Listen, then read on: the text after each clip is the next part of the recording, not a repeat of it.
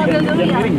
Ya nggak apa-apa sini aja ya. Oke, Kak Dina gimana mungkin pasca operasi? Alhamdulillah baik, semuanya happy, senang juga dengan hasilnya. Alhamdulillah. Apa sih operasinya Kak Dina? Lower facelift, jadi bagian muka bagian bawah ditarik supaya lebih kencang. Jadi proses pengencangan kulit wajah, bukan cuma kulitnya doang sih, tapi juga muscle atau otot yang ada di bawah kulitnya juga dikencengin supaya membuat penampilan kulitnya lebih kencang. Terus udah gitu selain itu aku juga melakukan treatment yang lain di klinik Dr. Song itu di Korea.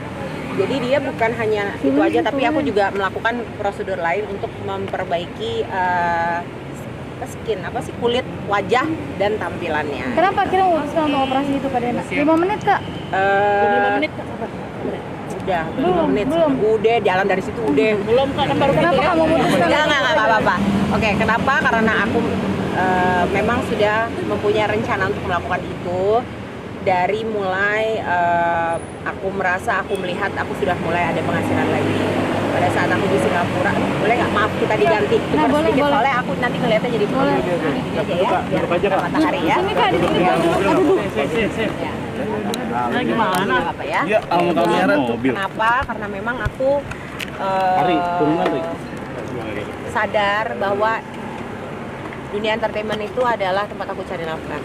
Aku masih belum punya sumber penghasilan lain utama. Aku juga adalah seorang instruktur Zumba, tapi untuk penghasilan utama aku masih dapatkan dari dunia entertainment.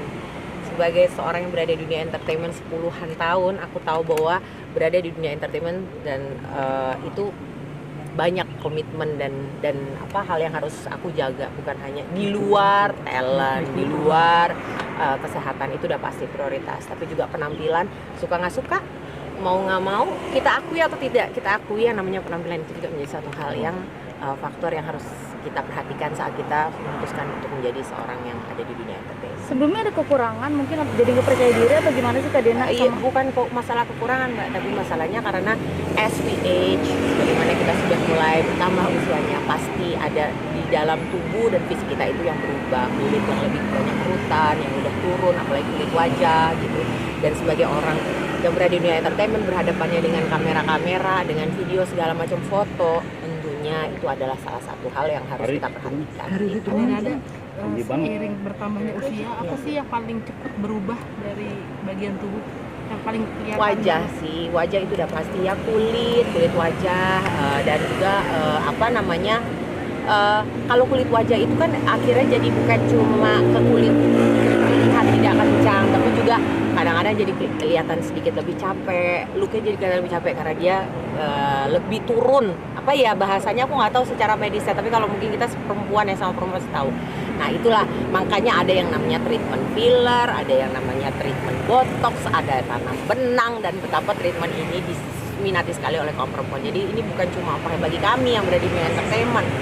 Semua mayoritas perempuan sudah mengerti bahwa ini menjadi satu hal yang ada, tersedia secara medis bisa dilakukan. Kalau tapi itu nggak jaga makanan juga nggak sih Kak? Ini aku operasi memutuskan untuk melakukan prosedur yang operasi plastik lower facelift. Kenapa? Karena jujur aku aku penakut sebenarnya. Jadi aku memilih satu prosedur yang mungkin sekali aku lakukan, tapi untuk jangka panjang.